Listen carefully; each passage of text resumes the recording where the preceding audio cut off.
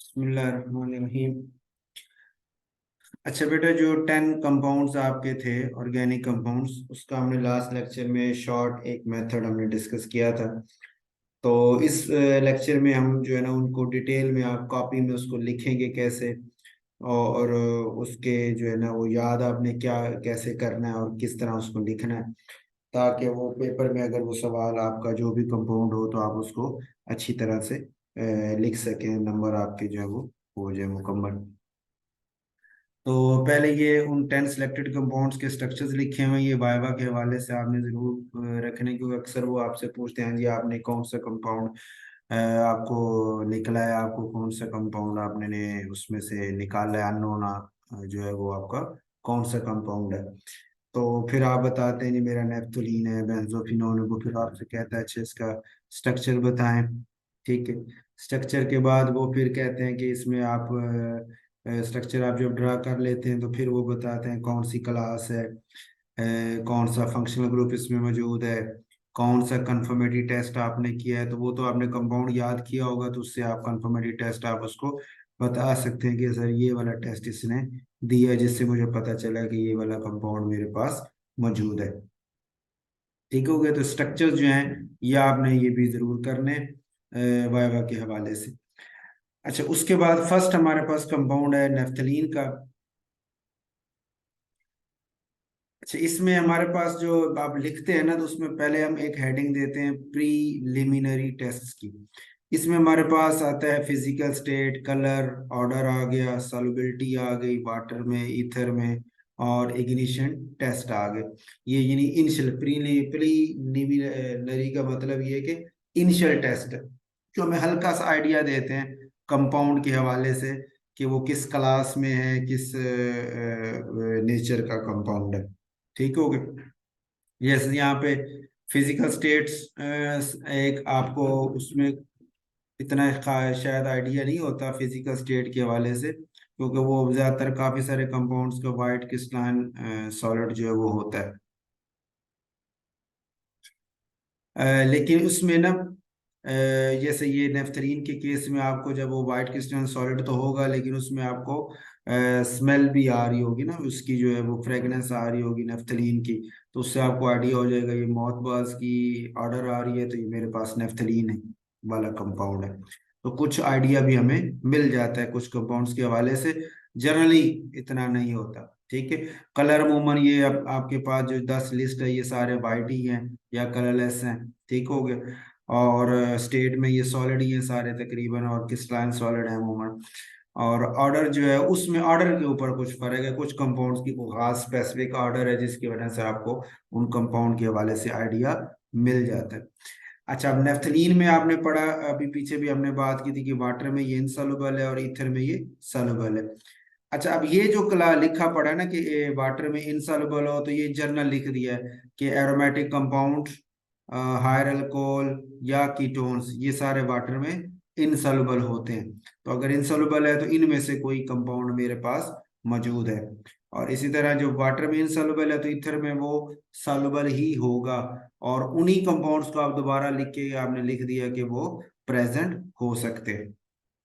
Ignition test में आपने लिखा स्मोकी फ्लेम है, क्योंकि नेफ्थलीन एरोमेटिक होता है ना, तो एरोमेटिक का स्मोकी फ्लेम आ रहा होता है। अच्छा, इसमें सॉल्युबिलिटी के वाले से भी आपने इसका ना ये देख लें कि हमारे पास जो है कि जो पोलर कंपाउंड्स होते हैं वो अमूमन पानी में हल होते हैं, जो नॉन पोलर होते हैं वो हल नहीं होते। तो इनसॉल्युबल होने का मतलब ये नॉन पोलर नेचर में जा रहा है, और जो सॉल्युबल होने का मतलब कि वो ईथर में सॉल्युबल होना और पानी में इनसॉल्युबल होना, ये नॉन पोलर नेचर को शो कर रहा होता है। अच्छा, इग्निशन टेस्ट में स्मोकी फ्लेम आए तो हम कहते हैं एरोमेटिक कंपाउंड्स आपका प्रेजेंट है।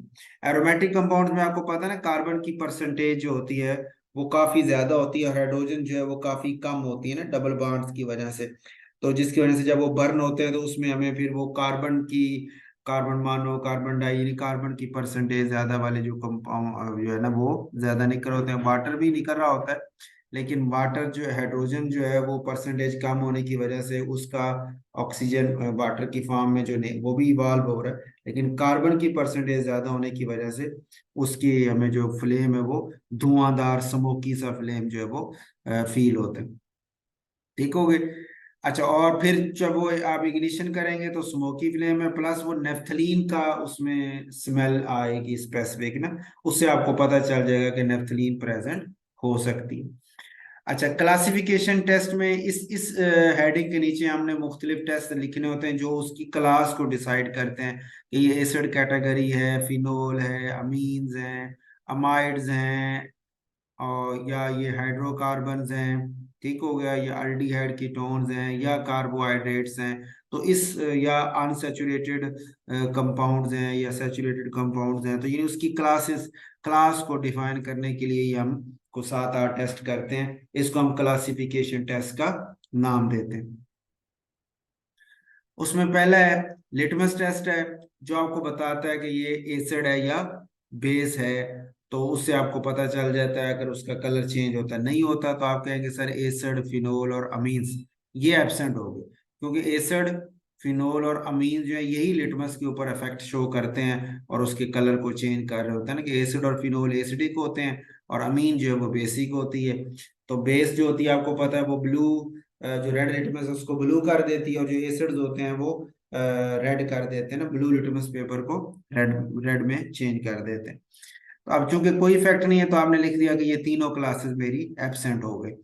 फिर सोडियम कार्बोनेट या बाइकार्बोनेट से आपने रिएक्शन करवाया, कोई रिएक्शन नहीं हुआ, तो आपने कहा कि एसिड्स और नाइट्रोफिनोल्स सिर्फ यही रिएक्शन कर सकते हैं कार्बोनेट या बाइकार्बोनेट के साथ। कार्बोक्सिलिक एसिड्स कर सकते हैं, या फिनोल, सिंपल फिनोल नहीं कर सकती ना, आपने पढ़ा हुआ है कि वो वीक, इतनी एसिडिक तो है लेकिन वीक एसिडिक है।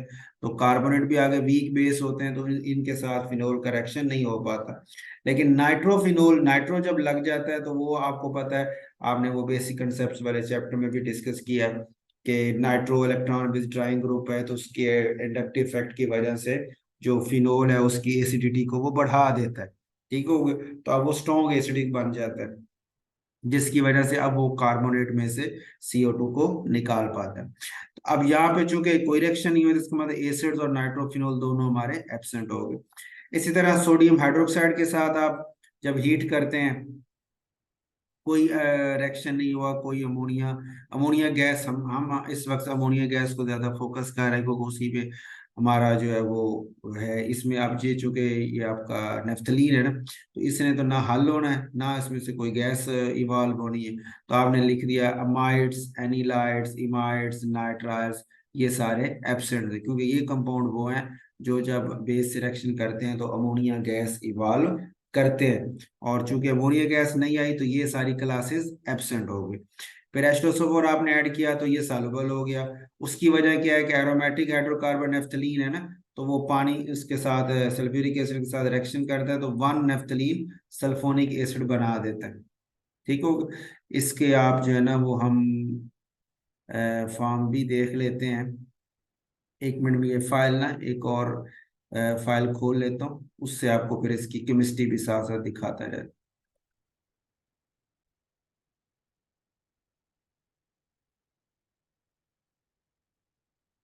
तो बेटे इसमें ना इसी फाइल के एंड पे ना ये इस तरह केमिस्ट्री के हवाले से ना केमिस्ट्री ऑफ रिएक्शंस फॉर वाइवावोस के पेजेस भी आपके मौजूद हैं, जो सिर्फ इसलिए दिए हैं ताकि जो रिएक्शंस हुए उनकी आप केमिस्ट्री को भी एक नज़र देख लें, कि वाइवा में आपसे पूछे कि रिएक्शन ये कैसे हुआ, क्यों हुआ, तो उसमें आप थोड़ा सा उसको बता सके।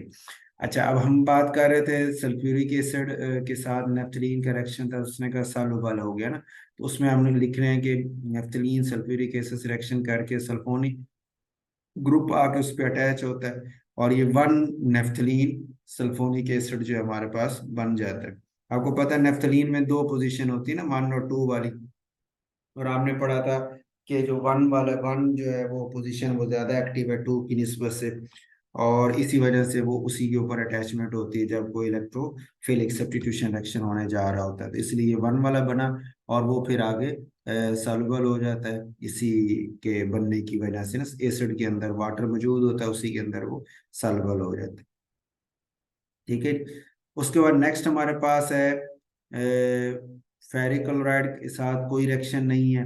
अच्छा, compound plus methanol plus neutral FeCl3 ना। अब ये हमारे पास या तो एसिड्स देते हैं या फिनोल्स देते हैं, ये वाला टेस्ट। अब चूंकि वो नहीं हुआ तो इसलिए हमने उन दोनों को लिख दिया कि ये दोनों एब्सेंट हो गए। फिर इसी तरह 2,4-डाइनाइट्रोफिनाइल हाइड्राजीन के साथ कंपाउंड प्लस 2,4-डाइनाइट्रोफिनाइल hydrazine plus methanol plus acetic acid 1-2 drops. तो नो येलो और ऑरेंज पीपीटी। अब ये इसके साथ टेस्ट आपको अल्डिहाइड या कीटोन्स ने देना है, और चूंकि अब वो ये टेस्ट नहीं है तो अल्डिहाइड कीटोन दोनों ही हमारे एब्सेंट है। अच्छा, अब अल्डिहाइड है कि नहीं है, हो सकता है कीटोन जो है वो आपकी वो मौजूद हो, या अल्डिहाइड कंफर्म करने के लिए हम अलग से फिर फेलिंग सोल्यूशन जो है वो प्लस बॉयल वो यूज करते हैं। तो नो रेडिश ब्राउन पीपीटी, तो अल्डिहाइड वो भी एब्सेंट हो गया। ठीक हो गई। अच्छा, अब कंपाउंड प्लस मेथनॉल, क्योंकि अब इस वक्त तो ये दोनों नेगेटिव हैं। अगर ये पॉजिटिव आ जाता है तो फिर हमें फर्दर कंफर्म करना पड़ता है कि यार ये अल्डिहाइड है या कीटोन है। उसके लिए फिर ये फेलिंग वाला सोल्यूशन टेस्ट करते हैं कि अभी अगर ये आ गया तो फिर अल्डिहाइड है, नहीं आया तो फिर वो ऊपर वाला अगर आया हुआ था तो फिर कीटोन ही था। तो इस वक्त चूंकि हमारे पास नेफ्थलीन है, वो सिंपल एक एरोमेटिक कंपाउंड है, तो इस वजह से इसमें ना ये टेस्ट आएगा ना ये टेस्ट आएगा। इसी तरह फिर कार्बोहाइड्रेट के लिए हम compound plus methanol plus Molisch reagent. Molisch reagent हम कहते हैं ये एथेनोलिक जो है ना, 1 नेफ्थोल या अल्फा नेफ्थोल का अल्कोहल के अंदर 1% कह लो कि ये इसका सोल्यूशन होता है, जिसको हम टेस्ट के तौर पे यूज करते हैं, उसको मोलिस रीजन का नाम दे लें। Concentrated sulphuric acid along the sides of the test tube, जैसे सल्फ्यूरिक एसिड जाएगा और टेस्ट ट्यूब की साइडों पे, तो अगर वो वहां पे कार्बोनेट मौजूद हुआ तो रेडिश वायलेट कलर का रिंग बनना शुरू हो जाएगा एट द जंक्शन जहां दोनों मिल रहे हैं। और जब वो नहीं होगा तो फिर वो टेस्ट भी नहीं हो, चुके कार्बोहाइड्रेट यहाँ ये टेस्ट नहीं आएगा, तो हमने लिख दिया कार्बोहाइड्रेट की क्लास भी एब्सेंट है। ये टेस्ट आपने लिखने हैं सारे, ठीक है, इनके नंबर है। तो पेपर में प्रैक्टिकल के अंदर तो आपने ये टेस्ट सारे याद भी करने और लिखने भी हैं। आप आए तो आपको पता चल चुका है, यहाँ पहले भी फिजिकल में ये ऑर्डर से आपको नेफ्थलीन का आइडिया आपको पता है, ये सारे नहीं आने, लेकिन हमने लिखने हैं कि इन हर टेस्ट के नंबर हैं आपके भी प्रैक्टिकल के अंदर। अच्छा, कंपाउंड प्लस अल्कलाइन KMnO4 है, कोई कलर चेंज नहीं इस तो अनसच। अब अच्छा, कलर चेंज देता कौन है, या तो अनसैचुरेटेड कंपाउंड देते हैं डबल बॉन्ड वाले ट्रिपल बॉन्ड वाले, या फिनोल KMnO4 के साथ ऑक्सीडेशन हो जाती है और वो हाइड्रोकुआनोन या कुआनोन बना देता है वन, बल्कि उसे हम बोलते हैं 1,4-बेंजोकुआनोन। ठीक हो गए, तो वो बना देते हैं। या फिर हाइड्रोक्सी एसिड जो होते हैं, हाइड्रोक्सी एसिड के अंदर फिर वो फिनोल टाइप कैटेगरी आ जाती है, या वो इनोल टाइप कैटेगरी बनती है, तो वो ये FeCl3 के साथ टेस्ट दे देते हैं। और जो अल्कोहल्स हैं या अल्डिहाइड्स हैं वो टेस्ट दे देते हैं, लेकिन यहाँ पे वो सारे एब्सेंट हो जाएंगे, तो हम फिर लिख देंगे कि जनाब कोई टेस्ट नहीं आया, तो इसका मतलब ये सारे कंपाउंड एब्सेंट है। क्योंकि अल्डिहाइड भी ऑक्सीडाइजिंग एजेंट है ना KMnO4, अल्कोहल भी ऑक्सीडाइजिंग एजेंट से रिएक्शन करके ऑक्सीडेशन होकर अल्डिहाइड या एसिड में चला जाएगा, और अल्डिहाइड की ऑक्सीडेशन होकर आगे वो एसिड में चला जाता है। ठीक हो गया, तो इस वजह से ये सारे टेस्ट देंगे, लेकिन यहाँ चूंकि अब कलर चेंज नहीं है तो आपने लिख दिया ये सारे एब्सेंट। अब ब्रोमीन के साथ भी कोई कलर चेंज नहीं आएगी, तो इन्हीं सारों को दोबारा आप लिख के, बल्कि उनको नहीं, उसमें ब्रोमीन के साथ आपके आते हैं, एक तो अनसेचुरेटेड कंपाउंड आ जाते हैं कि डबल बॉन्ड या ट्रिपल बॉन्ड पे ब्रोमीन ऐड होती है, या फिनोल के साथ आ जाता है कि इलेक्ट्रोफिलिक सब्स्टिट्यूशन रिएक्शन करवा लेते हैं, जैसे फिनोल के रिएक्शन में आपने पढ़ा था ना, ब्रोमीन से रिएक्शन करें तो 2,4,6 ट्राइब्रोमोफिनोल बन जाता है। इसी तरह या एरोमेटिक अमीन्स होंगे तो अमीन में भी यही होता है कि वो भी 2,4,6 ट्राइब्रोमो एनिलीन बना लेती है। ठीक हो गया, तो हम कहते हैं कि चूंकि ये कलर चेंज नहीं आया, इसका मतलब अनसैचुरेटेड कंपाउंड फिनोल और एरोमेटिक अमीन्स ये सारे एब्सेंट हो गए। उसके बाद है compound plus sodium nitrite plus HCl plus boil. ये नाइट्रस एसिड वाला टेस्ट हम करते हैं ना, डायजोनियम साल्ट बन जाता है। ठीक हो गया, अब वो आपको पता है, या तो अमीन बनाते हैं या एनिलाइड्स वगैरह या अमाइड्स वगैरह, उनके साथ ये रिएक्शन हो जाता है और वो हमें कुछ ना कुछ इसका रिजल्ट देते हैं, लेकिन चूंकि यहाँ पे वो मौजूद नहीं है तो कोई रिएक्शन नहीं, इसका मतलब ये वाली क्लास भी सारी एब्सेंट हो गई। अब यहाँ तक हमने क्लासिफिकेशन के अंदर सारी क्लासेस को एब्सेंट कर दी है, ठीक हो गया। और हमने यहाँ पे एरोमेटिक हाइड्रोकार्बन जो है उसको यहाँ पे H2SO4 के अंदर हमने प्रेजेंट किया था। उसके बाद नेक्स्ट हेडिंग आपने देनी है एलिमेंटल एनालिसिस की। एलिमेंटल एनालिसिस के अंदर हम चेक करते हैं कि नाइट्रोजन, सल्फर और हैलोजन, इनमें से तो कोई कम एलिमेंट जो है वो इस ऑर्गेनिक कंपाउंड में मौजूद नहीं है कि है, क्योंकि ऑर्गेनिक कंपाउंड है उसमें कार्बन तो होनी होनी है, हाइड्रोजन भी होनी होनी है, और अगर वो अल्कोहल टाइप इस तरह तो ऑक्सीजन भी हो सकती है, तो इसलिए हम फिर उनके अलग से टेस्ट नहीं करते। एलिमेंट एनालिसिस होता क्या है कि आप एक सोडियम का मेटल का पीस लेते हैं, छोटा सा फिजन ट्यूब होती है छोटी सी, तो उसके अंदर जिस तरह आपकी टेस्ट ट्यूब होती है इसी शक्ल में होती है, लेकिन वो बहुत छोटी होती है, ठीक है। आप कह लें कि आपकी जो एक उंगली है इसका हाफ कर लेना सेंटर से, ठीक है। तो लंबाई उसकी आपकी एक उंगली फर्स्ट जो आपकी फोर फिंगर है उसके लंबाई उसकी आपकी कह लें उसी के बराबर है, बल्कि दो उसके भी हाफ कह लें, लेंथ हाफ के हो जाती है। और जो उसका डायामीटर है वो इसकी आपकी उंगली की मोटाई का भी हाफ हो जाती है, बल्कि तीसरा हिस्सा हो जाती है। तो इतनी छोटी होती फिजन ट्यूब की। अच्छा, अब वो फिजन ट्यूब के अंदर आपने सोडियम मेटल ली, वो थोड़ा हीट किया, वो आसानी से मेल्ट हो जाती है, ठीक है। 98 डिग्री से उसका मेल्टिंग पॉइंट होता है, आसानी से मेल्ट हो जाती है। आप उसके बाद फिर उसमें थोड़ा सा ऑर्गेनिक कंपाउंड ऐड करते हैं और फिर दोबारा उसको हीट करते हैं, इतना करते हैं कि वो कंपाउंड बिल्कुल रेड हॉट आपको सुर्ख नजर आता है। वो टेस्ट ट्यूब जो फिजन ट्यूब की बॉटम है जहाँ पे कंपाउंड और मेटल पड़ा हुआ है, वो आपको हॉट, रेड हॉट, बिल्कुल सुर्ख कलर उसका हो जाता है। फिर आपने उसको ला के एक चाइना डिश जो है उसके अंदर पहले आपने थोड़ा सा डिस्टिल वाटर लिया होगा, उसके अंदर उस फ्यूजन ट्यूब को ला के आपने तोड़ देना, ब्रेक डाउन कर देना, छोटे छोटे पीसेस कर देना, ताकि उसके अंदर जो कंपाउंड वगैरह बन गए हुए हैं वो पानी के अंदर हल हो जाएं, ठीक हो गया। फिर आपने इस मिक्सचर को फिल्टर स्टेर करना है, उसके बाद फिल्टर करना है। फिल्टर करने का मतलब ये कि वो टूटे हुए फिजन ट्यूब के टुकड़े अलग हो जाएंगे, और आपके पास अब जो सोल्यूशन पानी में बन चुका है वो आपका वो कंपाउंड आ चुके हैं एलिमेंट। अगर नाइट्रोजन उसके अंदर है तो वो सोडियम के साथ सोडियम साइनाइड बना के आ चुकी है, सल्फर है तो फिर वो सोडियम सल्फाइड बना के आ चुका है, और अगर नाइट्रोजन और सल्फर दोनों है तो फिर सोडियम थायोसाइनाइड बना के आ चुका है, ठीक हो गया। और अगर आपके पास वो हैलोजन है तो वो सोडियम का हेलाइड बना के आ चुके हैं, ठीक हो गए। तो ये इस तरह एलिमेंट आपके पास अब ये फिल्ट्रेट जो आपके पास है, जिसको हम लिजाइन सोल्यूशन भी बोलते हैं या सोडियम एक्सट्रैक्ट भी बोलते हैं, उसके शक्ल में आपके पास वो आ चुका होता है। अब उस सोडियम एक्सट्रैक्ट को आप लेंगे, उसमें सोडियम हाइड्रोक्साइड बेस थोड़ी सी डालेंगे, थोड़ा सा फेरस सल्फेट डालेंगे, बॉयल करेंगे अच्छी तरह, फिर उसको ठंडा करेंगे, फिर उसमें फेरिक क्लोराइड ऐड करेंगे, थोड़ा सा डाइल्यूट HCl ऐड करेंगे, और चेक करेंगे अगर ब्लू या ब्लूइश ग्रीन या ब्लड रेड कलर हो जाए पूरे सोल्यूशन का, या इस कलर की कोई पीपीटी बन जाए तो नाइट्रोजन प्रेजेंट है, अगर नहीं तो फिर एब्सेंट। आपको पता है अभी हमने स्ट्रक्चर इसका देखा था नेफ्थलीन का, ये पहले वाला, तो इसमें कोई एलिमेंट नहीं है, ना नाइट्रोजन ना सल्फर ना हैलोजन, इसलिए तीनों एब्सेंट हो जाएंगे।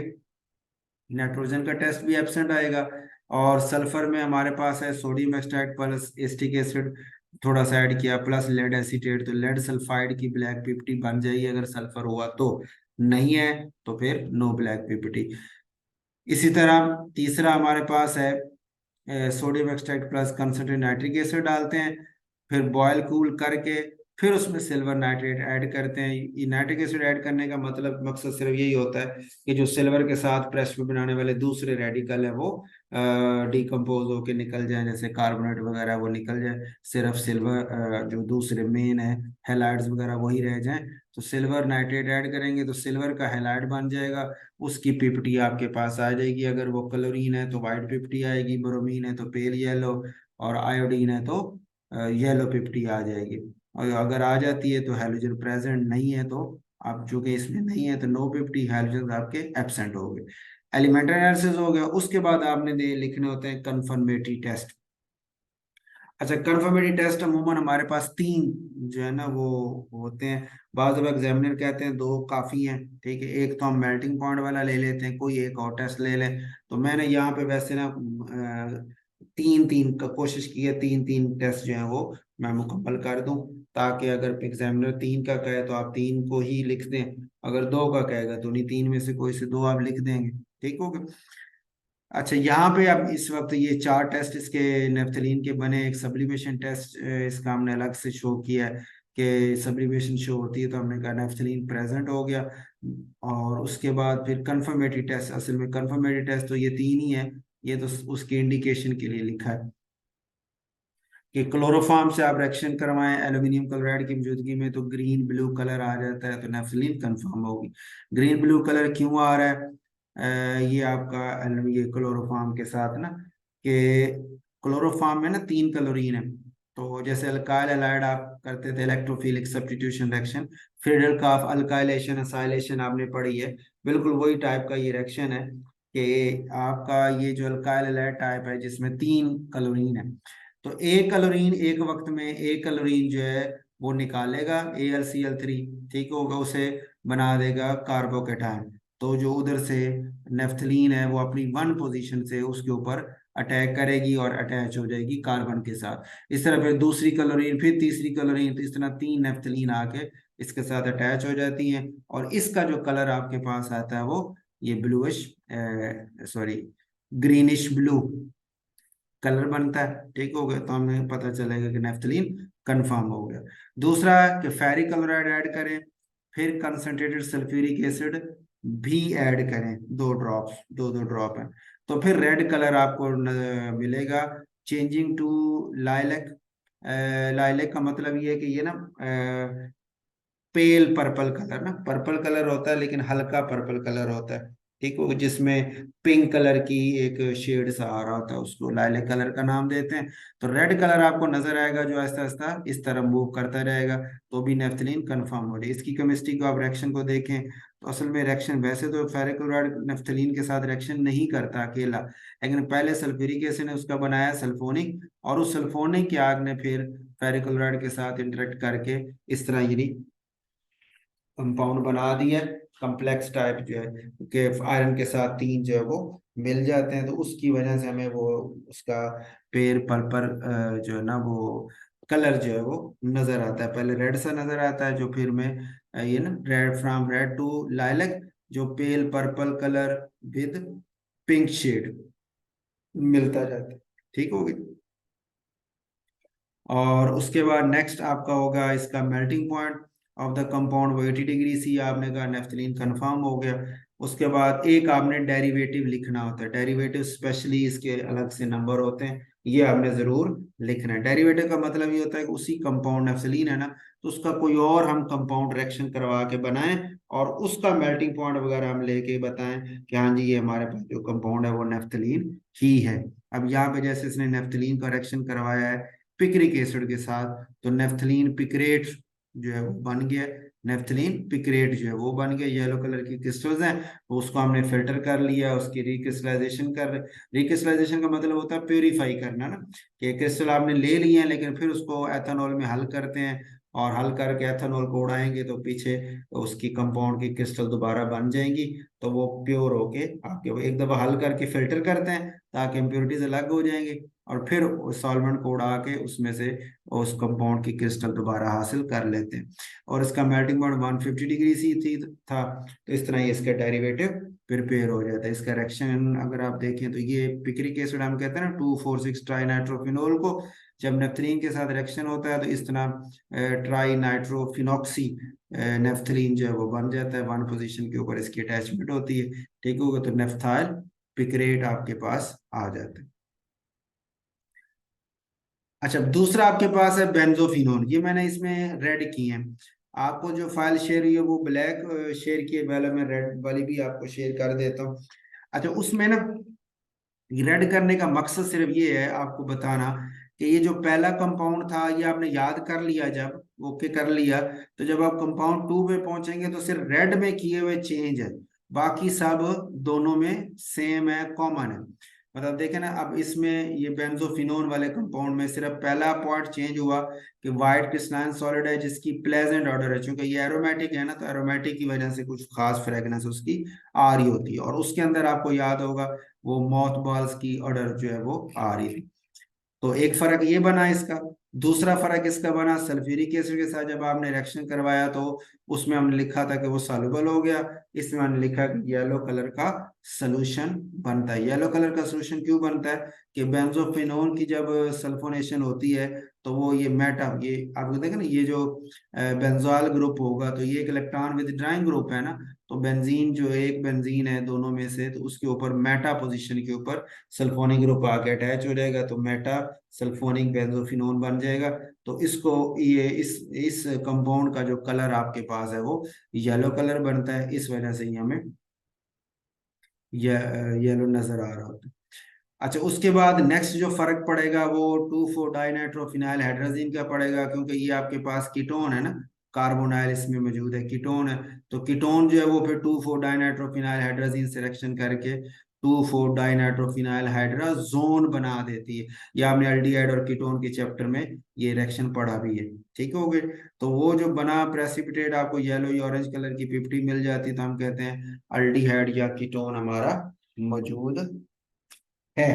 ठीक हो गया। अब आगे कंफर्म करना था कि ये अल्डिहाइड या कीटोन है, तो वो फिर अगला टेस्ट भी हमने लिखा, उसने बता दिया भाई अल्डिहाइड नहीं है, तो ये पिछला जो आया है इसका मतलब आपके पास कीटोन ही है। ठीक हो गया। बाकी ये सारी चीजें वैसी की वैसी हैं जैसे आपने नेफ्थलीन के लिखी, इसमें भी वही चलेंगी, एलिमेंटल एनालिसिस भी वैसे ही चलेगा। कंफर्मेटिव टेस्ट के ऊपर आके इसका फर्क पड़ता है कि सोडियम मेटल के साथ इसको हीट टू फ्यूजन, इतना हीट करें कि वो मेल्ट हो जाए, तो आपको डीप ब्लू कलर जो है वो नजर आता है। उसकी क्या वजह है? ये जो सोडियम मेटल के साथ जब रिएक्शन करते हैं तो 1 इलेक्ट्रॉन ट्रांसफर है। ये रिएक्शन होता है कि सोडियम मेटल 1 इलेक्ट्रॉन इस कार्बोनाइल में ऑक्सीजन को ट्रांसफर करती है, तो वो माइनस बन जाता है, सोडियम Na+। और कार्बन का जो ये इलेक्ट्रॉन डबल बॉन्ड वाला उसके पास वापस इस तरह आ जाता है, ये ब्लू कलर है। लेकिन अगर काफी घंटे तक आप इसको पड़ा रहने दें तो फिर और सोडियम के एटम जो है वो भी रिएक्शन में हिस्सा ले लेते हैं, अगर बचे हों तो वो फिर इसको डाई एनायन बना देते हैं जो कि पर्पल कलर का हो जाता है। ठीक हो गया। शुरू में ब्लू कलर का, तो अभी हमने यहाँ पे क्योंकि हमने तो फौरन से टेस्ट देखना होता है, तो इसलिए जैसे आपने हीट करेंगे डी ब्लू कलर आ गया तो बेंजोफिनोन हमारा कंफर्म हो गया। दूसरा है कंपाउंड में आप KOH डालें, ऐड करें और फिर उसको हीट टू फ्यूजन करें तो बेंजीन वेपर्स आपको मिलेंगे, वो जिनको अगर आप जलाएंगे तो वो स्मोकी फ्लेम भी प्रोड्यूस करेंगे। बेंजीन कैसे प्रोड्यूस होती है बेंजोफिनोन से? कि जब आप KOH से हीट करते हैं तो ये कीटोन का जो कार्बोनाइल और बेंजीन है ये टूट जाता है। ठीक हो गया। इसकी यानी हाइड्रोलिसिस एक किस्म की कहने हो रही कि हाइड्रोजन चलेगी कार्बन के पास और OH आ गया इस कार्बोनाइल के साथ, लेकिन बेस की वजह से वो एसिड की शक्ल में नहीं रहेगा, साल्ट की शक्ल में चला जाएगा और बेंजीन साथ आपको मिल जाएगी। बेंजीन के वेपर ये भी हैं। अच्छा, फिर जो साल्ट बनता है उसमें भी आपने डी कार्बोक्सिलेशन वाला रिएक्शन पढ़ा हुआ है कि डी कार्बोक्सिलेशन में जब बेस के साथ हीट करते हैं तो वो पोटेशियम कार्बोनेट बन जाएगा यहाँ पे, और एक ये जो हाइड्रोजन है वो इस यहाँ पे आके अटैच होके बेंजीन भी बना देगी, तो इसमें भी बेंजीन आपको मिल जाती है। तो बेंजीन वेपर्स हमें इस रिएक्शन में मिल जाते हैं। तीसरा मेल्टिंग पॉइंट आ गया उसका। डेरिवेटिव बनाते हुए हम ये कीटोन है तो उसको फिनाइल हाइड्राजीन के साथ हम रिएक्शन करवा के फिनाइल हाइड्राजोन उसका डेरिवेटिव बना लेते हैं जो इस मेल्टिंग पॉइंट के साथ है। ठीक हो गई। इसका रिएक्शन उसी तरह जैसे फिनाइल 2,4-डाइनाइट्रोफिनाइल हाइड्रा जीन का हमने किया था, अब सिंपल फिनाइल हाइड्रोजीन का रिएक्शन भी उसी तरह का ही बन जाता है। ठीक हो गई। तीसरी क्लास हमारे पास थी ग्लूकोज की। अच्छा, पहले दो को आप एक इकट्ठा रख लें कि दोनों जो है उनमें सिमिलैरिटीज थी, बस ये रेड वाले फर्क है दूसरे और पहले के दरमियान। अब आप तीसरे चौथे और पांचवें को इकट्ठा कर लें, उसमें आपको डिफरेंस नजर आ जाएगा, कुछ बाकी सिमिलैरिटी है उसमें। अब जैसे ये फिजिकल स्टेट है, कलर ऑर्डर, अब ग्लूकोज होता है ना तो ये कलरलेस होता है, ऑर्डरलेस होता है, क्रिस्टलाइन सॉलिड होता है, तो उसमें हमने लिख दिया ये कार्बोहाइड्रेट्स हो सकते हैं, एसिड्स हो सकते हैं, फिनोल्स हो सकते हैं, एनिलाइड्स अमाइड्स हो सकते हैं। पानी में ये सॉल्युबल होते हैं जो कि ये पोलर नेचर में चले जाते हैं, ईथर में ये इनसॉल्युबल हो जाएंगे, इसलिए आपने लिख दिया कि एलिफेटिक कंपाउंड्स प्रेजेंट है जो सॉल्युबल हो रहे हैं, एरोमेटिक तो नहीं होते ना पानी में। इग्निशन टेस्ट करेंगे तो इग्निशन में ये एक तो नॉन स्मोक की फ्लेम देगा क्योंकि एरोमेटिक नहीं है, दूसरा इसमें चैरिंग प्रोड्यूस होना शुरू हो जाएगी, चैरिंग से आपको पता चल जाएगा कि मेरे पास ग्लूकोज इसने दिया हुआ है। लिटमस टेस्ट कोई असर नहीं होगा इसका। कार्बोनेट बाइकार्बोनेट पे भी कोई इफेक्ट नहीं होगा उसी तरह। अब सोडियम हाइड्रोक्साइड के साथ कोई इसकी अमोनिया गैस नहीं निकलेगी। एस्टोसोफोर के साथ हीट करेंगे तो ब्लैकनिंग, वो ब्लैक हो जाएगा सोल्यूशन डिहाइड्रेशन की वजह से। तो कार्बोहाइड्रेट हमें पता चल जाएगा कि ये प्रेजेंट हो सकता है। फेरिक क्लोराइड के साथ कोई रिएक्शन नहीं देता। 2,4 डाइनाइट्रोफिनाइल हाइड्रोजीन के साथ ये रिएक्शन देगा, क्योंकि ग्लूकोज में आपको पता है अल्डिहाइड का फंक्शनल ग्रुप मौजूद होता है।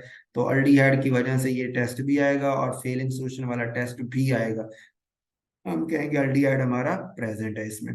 फिर कार्बोहाइड्रेट का टेस्ट आप करेंगे तो रेडिश वायलेट रिंग जो जंक्शन पे बनना था वो भी बनेगा। तो कार्बोहाइड्रेट भी आपके प्रेजेंट हो जाएंगे।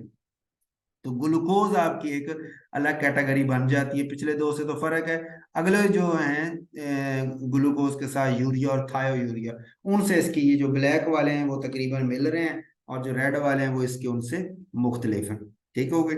अच्छा, इसी तरह केमनोफोर ब्रोमीन और ये नाइट्रस टेस्ट वाला ये कोई भी नहीं देगा। एलिमेंटल एनालिसिस में अब चूंकि आपको पता है ये जो ग्लूकोज है इसमें तो कार्बन हाइड्रोजन ऑक्सीजन ही होती है, तो इन एलिमेंट्स में तो कोई भी नहीं है, तो ये सारे एब्सेंट ही आएंगे। ये रेड मैंने इसलिए किए हुए हैं कि भाई ये जो आपका ग्लूकोज और सॉरी यूरिया और थायोयूरिया है उससे ये वाले पॉइंट इसके मुख्तलिफ हैं। अच्छा, उसके बाद कंपाउंड आप लें, उसमें 1% एथानोलिक 1 अल्फा नेफ्थोल या 1 नेफ्थोल ऐड करें, 5 ml HCl ऐड करें, बॉयल करें तो आपके पास वायलेट कलरेशन आ जाएगी, तो ग्लूकोज कंफर्म हो जाए। इसको फर्फ्यूरेल टेस्ट भी कहते हैं। ये बिल्कुल जो मोलिस टेस्ट अभी आपने किया था ये उससे मिलता जुलता ही है, वही वाला टेस्ट। ये तकरीबन फर्क सिर्फ इतना है कि वहां आपने एस्ट्रोसोफोर ऐड किया था, ठीक है, और यहाँ आपने HCl को यूज किया, बस यही फर्क है। बाकी दोनों की केमिस्ट्री भी सेम है, रिएक्शन भी सेम है। केमिस्ट्री भी जरा देखते जाएं इन रिएक्शंस की। ग्लूकोज में एक आपने 2,4 डाइनाइट्रोफिनाइल हाइड्रोजीन से इसका रिएक्शन किया कि अल्डिहाइड वाला जो फंक्शनल ग्रुप है उसने इसके साथ हाइड्रोजन बना लेना है। दूसरा आपने फेलिंग सोल्यूशन के साथ इसका टेस्ट किया अल्डिहाइड का। वो क्या होता है, फेलिंग सोल्यूशन में आपको पता है दो होते हैं ना। फेलिंग सोल्यूशन ए होता है जो सिर्फ कॉपर सल्फेट को पानी में हल किया होता है, ब्लू कलर का सोल्यूशन होता है। एक फेलिंग सोल्यूशन बी होती है जो कलरलेस होता है, और वो असल में होता है अल्कलाइन। अल्कलाइन मतलब उसमें सोडियम हाइड्रोक्साइड भी ऐड किया होता है, और एक्वस पोटेशियम सोडियम टार्टरेट या रोचेली साल्ट भी इसको बोलते हैं। तो वो सोडियम पोटेशियम टार्टरेट, ये टार्टेरिक एसिड का फार्मूला नीचे जो दिया हुआ है, लेकिन उसके दो कार्बोक्सिलिक ग्रुप में से एक पे सोडियम और एक पे पोटेशियम जुड़ी, इसलिए इसको बोलते हैं पोटेशियम सोडियम टार्टेरिक एसिड। ठीक हो गई। अच्छा, दोनों को मिक्स किया जाता है, सोल्यूशन ए सोल्यूशन बी को मिक्स करते हैं तो वो फीलिंग सोल्यूशन बनता है, उसको फिर आगे यूज किया जाता है। तो उसमें अल्डिहाइड फिर रिएक्शन करके Cu2O बना देती है, जो कि रेड कलर का कंपाउंड होता है, 50 बनती है, तो उससे हमें पता चल जाता है कि टेस्ट रिएक्शन हुआ या ना हुआ। ठीक हो गई। अच्छा, अब हमारे पास यहाँ पे उसकी केमिस्ट्री क्या है कि कॉपर सल्फेट का सोल्यूशन, और जब दोनों को आपने मिक्स किया तो कॉपर टार्टरेट जो इस तरह कम्प्लेक्स बन जाता है, प्लस सोडियम पोटेशियम और सल्फेट आयन वही मौजूद है। फिर आप अल्डिहाइड जो ऐड करते हैं तो वो इस कम्प्लेक्स के साथ रिएक्शन करती है बेस की मौजूदगी में, हाइड्रोक्साइड। तो ग्लूकोज जो अल्डिहाइड का फंक्शनल ग्रुप है वो कार्बोक्सिलेट आयन में चला गया ऑक्सीडेशन होके। ठीक है, ये जो आपके थे इसमें कह रहे लिगेंड्स मौजूद थे, वो लिगेंड सारे बाहर सेपरेट होके आ गए। जो कॉपर है उस +2 से वो +1 में चला गया, यानी उसकी रिडक्शन हो गई, वो Cu2O बन गया, और जो 3 वाटर साथ में प्रोड्यूस हो गए। तो ये ओवरऑल रिएक्शन इसका बनता है फेलिंग का। मोलिस टेस्ट की क्या केमिस्ट्री थी कि ग्लूकोज आप लेते हैं, ये साइक्लिक फॉर्म में जो है सल्फ्यूरिक एसिड H2SO4 उसकी डिहाइड्रेशन करके 3 वाटर यहाँ से निकाल देता है, तो हमारे पास ये वाला 3 हाइड्रोक्सी मिथाइल फरफ्यूरैल बन जाता है। फिर फ्यूरैल इसका जनरल नाम है ना। ये जो फ्यूरैन होते हैं, ये जो 5 मेंबर रिंग एक ऑक्सीजन के साथ 2 डबल बॉन्ड, इसको फ्यूरैन बोलते हैं। तो फ्यूरैन के साथ जब अल्डिहाइड लगा हो तो इसे बोलते हैं फरफ्यूरैल। ठीक हो गया। और उसकी ये नंबर, अच्छा जब अल्डिहाइड तो ये नंबर 1 पोजिशन होगी, ये 2 सॉरी ऑक्सीजन वाली 1 होती है, ठीक है, ये 2 होगी, ये 3, ये 4, ये 5 होगी। तो 5 पोजीशन के ऊपर ये हाइड्रोक्सी मिथाइल ग्रुप जुड़ा हुआ है, हाइड्रोक्सी 5 हाइड्रोक्सी मिथाइल फरफ्यूरैल होगी। अच्छा, उसको फिर नेक्स्ट करवाया नेफ्थोल के साथ। नेफ्थोल के 2 मॉलिक्यूल आके इसी अल्डिहाइड के साथ कंडेंसेशन रिएक्शन शो करते हैं। कंडेंसेशन का मतलब इसलिए बोला जाता है कि ना वाटर यहाँ से निकल जाता है और 2 नेफ्थोल अपनी पैरा पोजीशन ना, यहाँ OH ग्रुप जहाँ लगा 1 पोजीशन पे, तो 2 3 और 4 उसकी पैरा जो 4 पोजीशन वहां से ये अटैचमेंट शो करते हैं उसी इस अल्डिहाइड वाली कार्बन के साथ। दो मालिक्यूल आके अटैच हो जाते हैं, तो ये जो फाइनल प्रोडक्ट बनता है ये आपका वो जो कलर दे रहा होता है आपको, वायलेट कलर जो है वो इस कंपाउंड की वजह से मिल रहा होता है। ठीक हो गई। उसके बाद फर्कुलर टेस्ट भी हो गया। और नेक्स्ट आपका कंफर्मेटरी टेस्ट था एस्टिक एनहाइड्राइड लें, so plus sodium acetate plus boil plus compound. यानी पहले एस्टिक एनहाइड्राइड आपने लेना है, उसमें सोडियम एसीटेट डाल के हीट कर लेना है, फिर आपने उसमें कंपाउंड ऐड करना है। तो कंपाउंड जैसे ही ऐड करेंगे तो इस आपके ग्लूकोज के मालिक्यूल में 5 हाइड्रोक्सी लगे हुए हैं ना, 1 2 3 4 और 5, तो पांचों के पांचों हाइड्रोक्सी एसिटिक एनहाइड्राइड के साथ कंडेंसेशन होके एसिटाइल जो ग्रुप एसिटाइल ग्रुप है वो आके यहाँ जुड़ता जाता है, और इस H जो है वो उसके दूसरे दो है ना, यहाँ लिखा हुआ है एसिटाइल आयन दो है, तो दूसरे के साथ मिलके एसिटिक एसिड में कन्वर्ट हो जाता है। और यहाँ O के साथ एसिटाइल ग्रुप ना, ये AC, इसलिए इसे AC का मतलब एसिटाइल ग्रुप है, और OAC इकट्ठा करेंगे तो उसका मतलब एसिटेट ग्रुप हो जाएगा। ठीक हो गया। तो ये इस तरह यानी वो पेंटा एसीटेट जो आपके पास बन जाते हैं। और मेल्टिंग पॉइंट लेंगे तो 146 है, इसका डेरिवेटिव हम बनाते हैं, तो ये चूंकि इसमें एल्डिहाइड है तो फिनाइल हाइड्रोजन के साथ ये रिएक्शन करके फिनाइल हाइड्रोजोन बना देगा। तो हम इसका टेस्ट ये कर लेते हैं यहाँ पे, ये फिनाइल हाइड्रोजन के साथ एल्डिहाइड का टेस्ट होके फिनाइल हाइड्रोजोन बन जाता है, ये हमारा डेरिवेटिव बन जाता है। ठीक हो गई। चौथे नंबर पे हमारे पास है यूरिया। अच्छा, यूरिया में आप देखें तो इसमें जो फर्स्ट वाला तो चेंज हो गया, ग्लूकोज से ना चेंज हो गया कि colourless crystalline solid having ammoniacal smell है, उसमें हमने ऑर्डरलेस बोला था उसे ग्लूकोज में, और यहाँ ये अमोनिकल अमोनिया की स्मेल इसमें आ रही होती है ना यूरिया के अंदर स्पेसिफिक। बाकी इसका सारा ग्लूकोज की तरह सेम है सारा। यहाँ पे फर्क है सोडियम हाइड्रोक्साइड वाले पॉइंट पे कि यहाँ अमोनिया गैस जो है वो इवाल्व हो रही है, उसमें नहीं था। ग्लूकोज वाले में कोई अमोनिया गैस नहीं थी, यहाँ पे अमोनिया गैस इवाल्व हो रही है। ठीक है, ये इसका फर्क है, जिसलिए हमने कहा अमाइड्स एनिलाइड्स इमाइड्स या नाइट्राइल्स प्रेजेंट हो सकते हैं। ठीक हो गए। अच्छा, ये अमोनिया गैस क्यों इवाल्व हो रही है, कैसे इवाल्व होती है, तो हाइड्रोलिसिस होती है। इसका अगर आप टेस्ट देखें ना तो ये इसका टेस्ट है कि यूरिया था, पानी आप डालेंगे तो हाइड्रोलिसिस हो जाएगी, अमोनिया और कार्बोनिक एसिड बनता है। कार्बोनिक एसिड तो बेस से रिएक्शन करके सोडियम कार्बोनेट बना देता है, और जो यूरिया है उसकी हाइड्रोलिसिस की वजह से अमोनिया गैस इवाल्व होती है, जो हमें निकलती हुई नजर आती मिल जाती है, उसको हम टेस्ट कर सकते हैं HCl के साथ। अच्छा, उसके बाद है कंसंट्रेट H2SO4 डालें और हीट करें तो CO2 गैस आपकी एफर्विसेंस के साथ उसमें से इवाल्व हो रही होती है। ठीक हो गया। अच्छा, इसमें CO2 गैस जब आपकी एफर्विसेंस के साथ इवाल्व होगी, उसमें से निकलेगी, तो उससे आपको पता चल जाएगा, CO2 का तो बड़ी इजीली पता चल जाता है ना, तो यूरिया ये जो है वो मौजूद है, क्योंकि अच्छा आप कहेंगे CO2 तो वो एसिड्स भी निकालते हैं ना, लेकिन वो तो आपका था ना कार्बोनेट और बाइकार्बोनेट के साथ अगर निकलती तो फिर हम कहते हैं एसिड है, हमारा कंपाउंड एसिड है। अब यहाँ वो तो नहीं निकली ना, तो अब कंपाउंड तो एसिड नहीं है, कंपाउंड तो हमारा अब न्यूट्रल कैटेगरी में यूरिया आ गया। लेकिन यूरिया H2SO4 के साथ हीट करके हेड करने के हाइड्रोलिसिस, जैसे सोडियम हाइड्रोक्साइड उसकी हाइड्रोलिसिस हुई है, तो यहाँ भी हाइड्रोलिसिस होती है तो CO2 गैस निकलती है उसकी।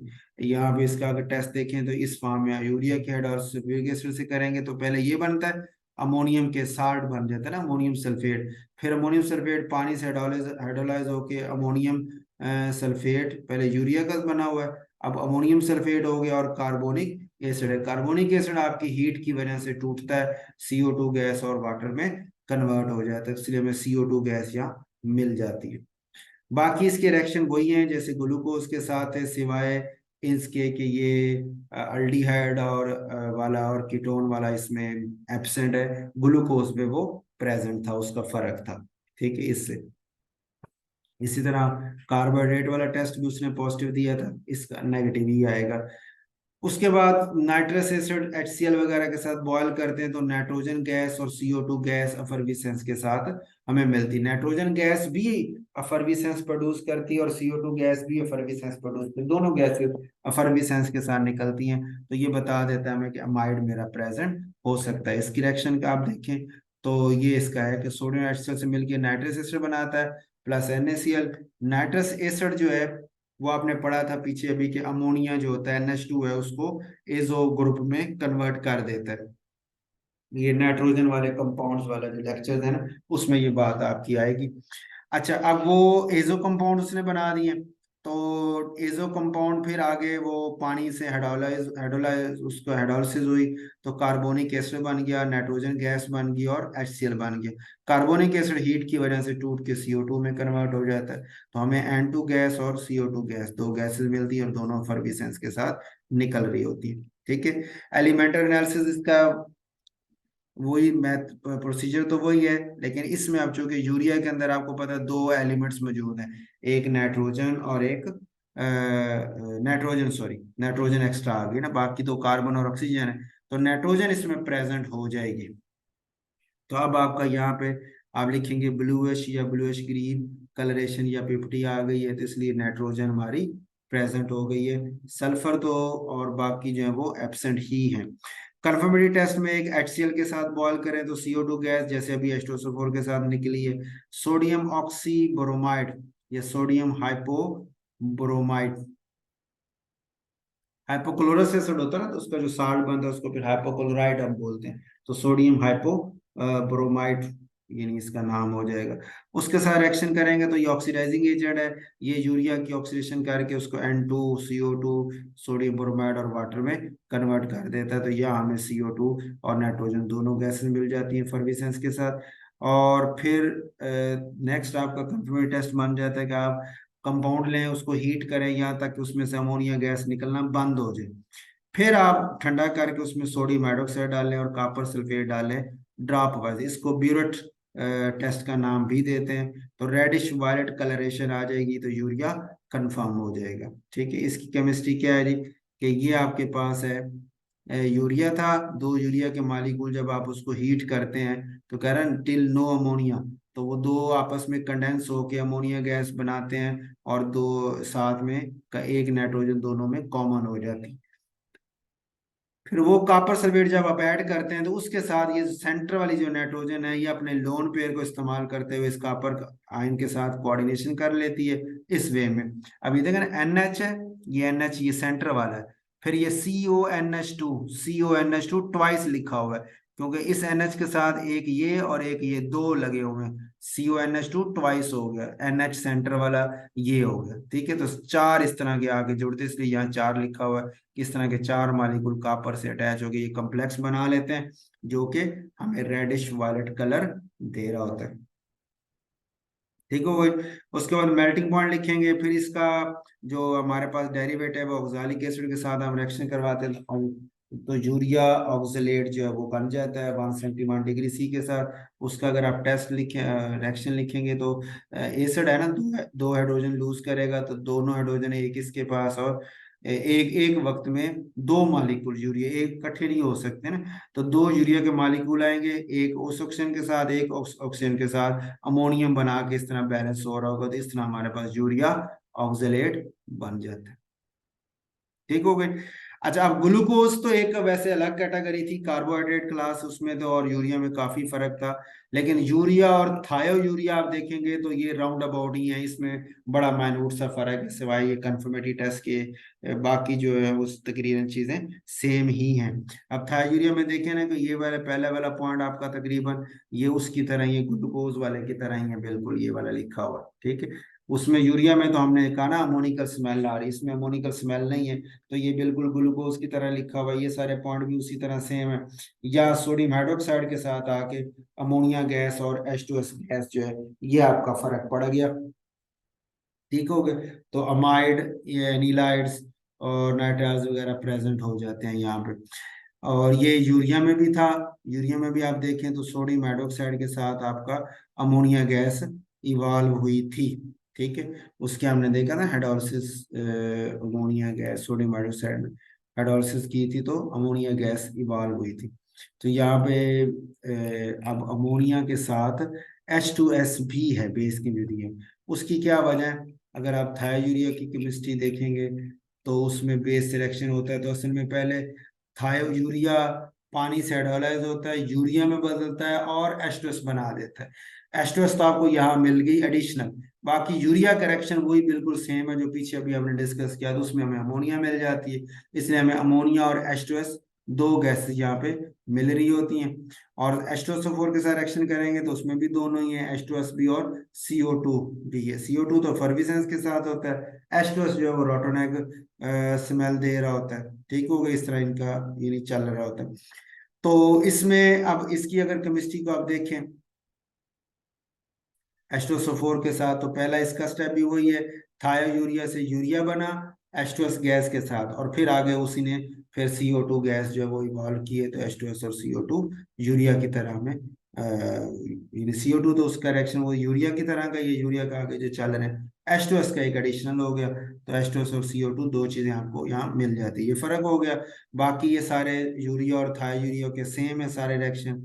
और यहाँ पे आके नाइट्रोजन गैस विद एफरवेसेंस, यहाँ पे अमाइड जो है वो मे बी प्रेजेंट इस काम में। इसमें भी आप सर थोड़ा गौर करें ना, तो यूरिया में था N2 और CO2, और इसके अंदर है सिर्फ N2। उसकी वजह क्या है कि जब आप नाइट्रस एसिड सिलेक्शन करवाते हैं तो नाइट्रस एसिड था यूरिया सिलेक्शन करवा के इस तरह बनाता है, एक तरफ डाइएजो इसका ना, दोनों तरफ की बजाय एक तरफ बनता है। ठीक हो गया। और एक तरफ से फिर नाइट्रोजन एसिड बनती है और साथ में हमें HSCN मिल जाता है। ठीक है, HSCN कंपाउंड जो है एसिड, ये एसिड है, वो हमें मिल जाता है। अच्छा, उसके बाद अगला टेस्ट है एलिमेंटल में। अब यूरिया और थायोयूरिया में क्या फर्क है? नाइट्रोजन का तो दोनों में अब सल्फर आ गया एडिशनल, और नाइट्रोजन और सल्फर अगर इकट्ठी मौजूद हो ना तो फिर ब्लड रेड कलर जो है ना वो मिलता है, उसकी पीपीटी मिल रही होती है। ठीक हो गया। आप जैसे देखें ना, अभी ये पीछे यूरिया में आपके पास सिर्फ नाइट्रोजन थी, तो यूरिया में ये रिएक्शन ये वाला था नाइट्रोजन वाला ना, तो उसमें वो सोडियम साइनाइड जो बना था उसने फेरस सल्फेट सिलेक्शन करके ये सोडियम का फेरोसाइनाइड बना दिया। ठीक हो गया। उसने फिर आगे FeCl3 के साथ रिएक्शन करके आयरन 3 का फेरोसाइनाइड कॉम्प्लेक्स बना दिया। ठीक हो गए। तो वो जो आयरन 3 का बना वो ब्लू कलर का था, तो हमें वो ब्लू कलर नजर आ रहा। लेकिन अब जब सल्फर भी साथ आ गई तो फिर सोडियम एक्सट्रैक्ट में आपके पास कंपाउंड बना होगा, सोडियम थायोसाइनाइड बना होगा, SCN बना होगा। तो थायोसाइनाइड ही फिर उसी टाइप से रिएक्शन करता है, तो फाइनल प्रोडक्ट में अब आपको आयरन 3 जो कम्प्लेक्स मिलता है वो फेरो थायोसाइनेट जो कम्प्लेक्स है वो मिलता है। और ठीक है, और उसका जो रेड कलर होता है, तो इस वजह से अब हमें ब्लू ग्रीन की बजाय रेड कलर नजर आएगा, ब्लड रेड कलर नजर, पीपीटी नजर आएगी। अच्छा, ये तो एक तो इसने भी बता दिया कि नाइट्रोजन और सल्फर दोनों मौजूद है। फर्दर हम सल्फर का टेस्ट जो है वो भी करते हैं, लेड सल्फाइड के साथ ब्लैक पीपीटी बन जाती है, तो सल्फर भी प्रेजेंट हो जाता है। इसकी अगर आप रिएक्शन को देखेंगे तो ये इस बा में, इस वे में इसका आप शो कर सकते हैं कि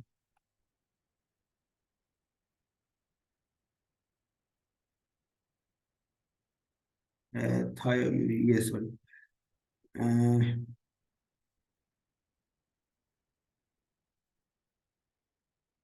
लेड एसीटेट के साथ ना। अच्छा, इसमें वो मिस हो गया। हाँ, रिएक्शन में ऐड करना रह गया। तो वो सिंपल रिएक्शन होता है लेड एसीटेट का। वो बना उसमें सोडियम सल्फाइड होता है, तो लेड सल्फाइड बन जाता है ब्लैक पीपीटी। ठीक है, और सल्फर जो है वो प्रेजेंट होगी। इसका रिएक्शन भी मैं ऐड कर दूंगा उसके लिए। अच्छा, उसके बाद है हैलोजन, चूंकि नहीं है तो वो 50 नहीं बनेगी, हैलोजन आपके एब्सेंट हो जाएंगे। उसके बाद HCl के साथ बॉयल करेंगे तो अब आपको H2S और CO2, जैसे H2SO4 के साथ आपने रिएक्शन करवाया तो H2SO CO2 था, उसी तरह यहाँ भी H2SO CO2 दोनों मिल जाती है। ठीक हो गया। फेरिक क्लोराइड के साथ वैसे तो रिएक्शन नहीं था, लेकिन पहले आप हीट करके उसको मेल्ट कर लें कंपाउंड को, फिर FeCl3 के साथ रिएक्शन करवाएं तो ब्लड रेड कलरेशन आपको मिल जाती है। उसकी क्या वजह है कि पहले आपके पास थायरोइड को हीट करते हैं, वो टूट के अमोनिया और हाइड्रोजन आइसोथायोसानेट में कन्वर्ट हो जाता है। ठीक है, वो फिर आयरन क्लोराइड के साथ रिएक्शन करके फेरिक का आइसोथियासाइनाइड का प्रोडक्ट बना देता है, जो हमें रेड कलर दे रहा होता है। अच्छा, उसके बाद है जी डाइल्यूट एसिड कंपाउंड लें, डाइल्यूट एसिटिक एसिड डालें, हीट करें और फिर पोटेशियम फेरोसाइनाइड ऐड करें, तो ग्रीन कलर आ जाएगा जो आहिस्ता आहिस्ता ब्लू में चेंज हो जाता है, तो थायोयूरिया कंफर्म हो जाएगा। अच्छा, ये चेंज क्या होने का क्या मतलब है जी, कि आप जब थायोयूरिया को हीट करते हैं तो वो अमोनियम और हाइड्रोजन आइसोथायोसाइनेट में कन्वर्ट हो जाता है। वो फिर आगे आपके उस कम्प्लेक्स के साथ रिएक्शन करता है, तो वो पोटेशियम फेरोसाइनाइड से पोटेशियम फेरिसाइनाइड में कन्वर्ट हो जाता है, plus ferrous sulphide plus FCN plus KCN बन जाता है। अच्छा, अब जो पोटेशियम फेरिसाइनाइड बनता है वो फिर बनने वाले साथ में एफईएस के साथ फिर मजीद रिएक्शन करता है, और उसको ये आयरन 3 का जो फेरोसाइनाइड उसमें कन्वर्ट कर देता है, plus potassium sulphide plus KCN बन जाता है। अच्छा, ये Fe4 वाला जो प्रोडक्ट है, ये बिल्कुल उसी तरह जो नाइट्रोजन में आपने अभी पढ़ा था, ये Fe4 वाला जो रेड कलर का, सॉरी ब्लू कलर का आयरन 3 का कम्प्लेक्स बनता है, वो ब्लू कलर का है। ठीक हो गया। और ये जो उसके पहले बना K3 बना, इसलिए उसने वहां लिखा ना कलर, कि आपका कलर ग्रीन कलर आता है जो फिर ब्लू की तरफ शिफ्ट होता जाता है। तो असल में पहले ग्रीन कलर इसका बनता है, ये कि पोटेशियम फेरिसाइनाइड ग्रीन कलर का होता है, और एफईएस सिलेक्शन करके जब वो ये बना लेता है तो फिर वो ब्लू कलर में चेंज हो जाता है। ठीक हो गई। अच्छा, उसके बाद हमारे पास है मेल्टिंग पॉइंट और फिर इसका डेरिवेटिव। डेरिवेटिव इसका हम बनाते हैं डाई मिथाइल सल्फेट के साथ रिएक्शन करते हैं, तो एस मिथाइल आइसोथायोयूरिया सल्फेट या थायोयूरोनियम सल्फेट बन जाता है, जिसका मेल्टिंग पॉइंट 241 डिग्री C होता है। अगर रिएक्शन देखें तो ये रिएक्शन है थायोयूरिया का, कि ये आपका सल्फेट डाई मिथाइल सल्फेट है ना, तो दो मिथाइल में से दो यूरिया के मालिक हो तो दो मिथाइल सल्फर के साथ जाके अटैच हो जाएंगे दोनों सल्फर के साथ। ठीक होगा। तो उस सल्फेट आयन में दो O- जो है, उनके साथ दो नाइट्रोजन अमोनियम फॉर्म में उसको बैलेंस कर लेती हैं, तो ये हमारे पास सल्फेट इस तरह बन जाता है। ठीक है जी, था यूरिया तक ये हमारा मुकम्मल हो गया, न्यूट्रल वाले हमारे यहाँ मुकम्मल हो गए। अगले में हम फिर एसिड्स को डिस्कस कर लेते हैं।